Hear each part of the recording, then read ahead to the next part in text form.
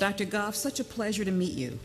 Your leadership at UCLA on the Center for Policing Equity is something that is not only vital in terms of what we need today, it really is the key to a lot of the issues that we face. The Center for Policing Equity started when there were a number of police chiefs that were really in need of hardcore social scientists to help them crunch their numbers. Back in 2008, we had done some work in the Denver Police Department, and when we told the major cities chiefs about it, there was a large demand for more similar work to go in and look at their policies, look at their police contact data, and tell them things about how well they were doing on issues of diversity and how they could do better. Our expertise is in implicit bias and what we call identity traps. It's also in data and policy analysis in the areas of racial, gender, and sexual orientation equity. What we're hoping to do is to allow police departments to do their jobs safer, more efficiently, and most importantly, more in line with their values. Law enforcement officers, they get into the job in order to do the right thing for a living.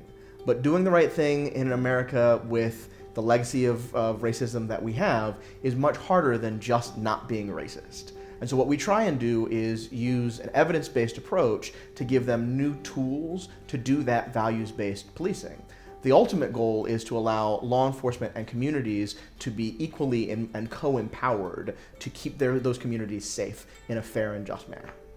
So our relationship with the Center for Policing Equity here at John Jay is that we have discovered each other.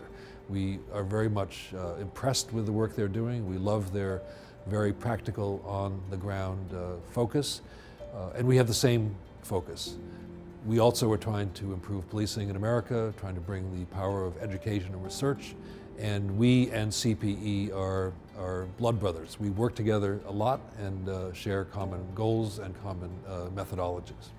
What CPE has brought to a national conversation is the power of science, the power of our new understanding of the way the brain works and the way all of us walk around with stereotypes in our heads that have been embedded into our thinking, and we need to work to overcome those stereotypes. So the formal name for that research is research on implicit bias, and it's very powerful.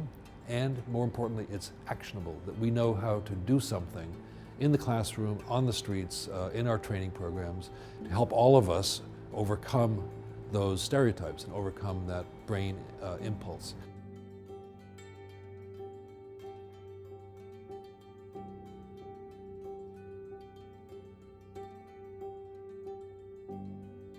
The data sets typically that we have within law enforcement are very territorial. They're within those law enforcement organizations. And so it's very difficult to compare across, cities and states about what's really going on. So when you have everyone just sort of holding on to their data and isolating it from everyone else, you can't really tell what's happening. But with a justice database, you have the ability now to rise this sort of national level picture of what's going on. And I think that the picture that we will eventually get from the database will be so informative, not just to law enforcement, but to community and for those that are trying to create and set policy. When we talk about issues around racial profiling, we talk about issues around bias-based policing, there are still some spaces that have yet to really be explained to law enforcement and community as a whole. So the Justice Database serves to do that. It serves to not just bring in statistical information, but to look at other types of administrative behavior types of information to help get a better picture of what's happening. I was the police chief in Salt Lake City for 9 years and part of the original board that existed for CPE. And so what I found, CPE is a valuable resource as I was looking in and taking positions as the police chief, especially controversial positions.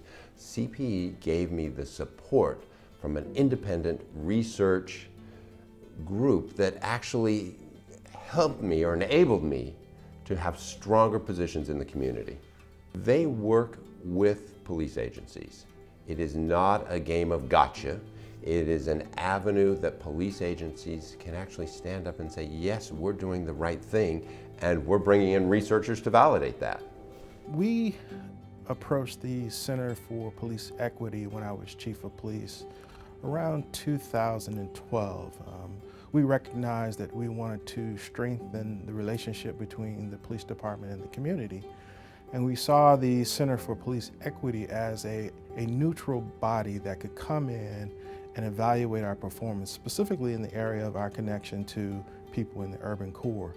They've developed really strong relationships in the law enforcement community, but in addition to that, in the wider community, they're seen as a group that can provide a very thorough and independent analysis of police departments and criminal justice issues.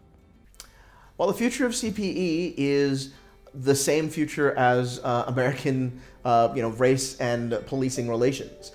It's fraught, it's had a difficult history, but this is, I think, one of the good news race stories of 2015. The reason why racial minority communities, or black and brown communities, and law enforcement getting together is a good news story is because when was the last time that black liberation struggles and institutions that have state power were working together towards the same aims?